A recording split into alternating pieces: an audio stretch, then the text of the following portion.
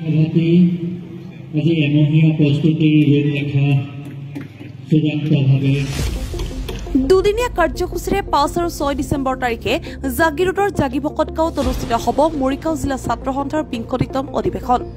অধিৱেশনৰ প্ৰথম দিনা পতাকা উত্তোলনৰ পিছতে উলিওৱা হ'ব এক বিশাল বৰ্ণাঢ্য সাংস্কৃতিক শোভাযাত্ৰা, য'ত উদ্ভাসিত হ'ব অসমৰ বিভিন্ন জাতি জনগোষ্ঠীৰ কৃষ্টি সংস্কৃতিৰ লগতে মৰিগাঁৱৰ ঐতিহ্য পবিতৰা, কইনাকন্দা, শিল ইত্যাদি।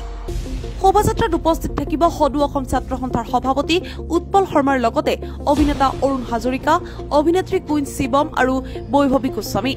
ইয়াৰ উপৰি ৫০১ গৰাকী ছাত্ৰ ছাত্ৰীৰ দ্বাৰা সমবেত সংগীত আৰু ৫০১ গৰাকী ভক্তপ্ৰাণ মহিলাই পৰিৱেশন কৰিব দিহানাম।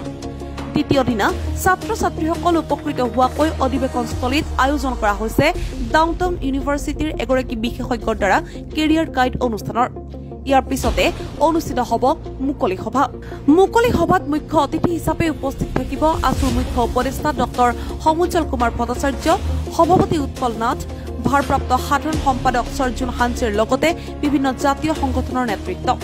সন্ধিয়া জনপ্ৰিয় কণ্ঠশিল্পী দীপলিনা ডেকা আৰু প্ৰবীণ বৰাৰ সংগীতানুষ্ঠানেৰে সামৰণি পৰিব মৰিগাঁও জিলা ছাত্ৰ সন্থাৰ ২৫তম অধিৱেশনৰ। জাগিভকত গাঁৱৰ চন্দ্ৰশেখৰ বৰা সমন্বয় ক্ষেত্ৰত ইতিমধ্যে অধিৱেশনৰ প্ৰস্তুতি সম্পূৰ্ণ কৰিছে আদৰণি সমিতিয়ে।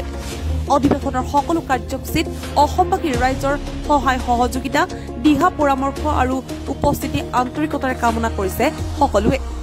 সদৌ মৰিগাঁও জিলা ছাত্ৰ সন্থাৰ ২৫তম অধিৱেশনখন এইবাৰ জাগি উচ্চতৰ মাধ্যমিক বিদ্যালয় খেলপথাৰত চন্দ্ৰশেখৰ বৰা সোঁৱৰণী যি সমন্বয় ক্ষেত্ৰ, সেই সমন্বয় ক্ষেত্ৰখন খুব আটকধুনীয়াকৈ আমি প্ৰস্তুত কৰি উলিয়াইছোঁ, অধিৱেশনৰ বাবে সাজু কৰি উলিয়াইছোঁ।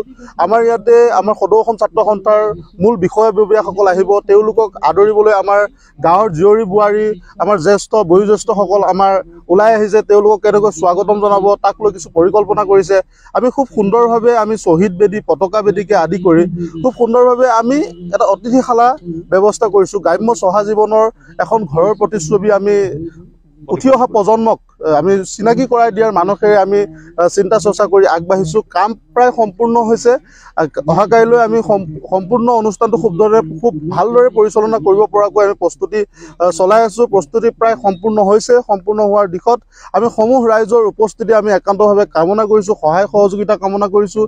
ইয়াতে যথেষ্ট মানুহৰ সমাগম হ'ব বুলি আমি গম পাইছোঁ, সেয়েহে আমি সম্পূৰ্ণ প্ৰস্তুতি আমি তুংগত তুলিছোঁ।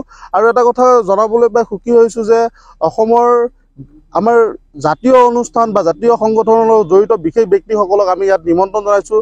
আৰু জাগিভকত গাঁও যিটো অঞ্চল, জাগিভকত গাঁও সমগ্ৰ অঞ্চলটো আমাৰ জাতীয়তাবাদী এক শিবিৰ বুলি আমি জনা যায়।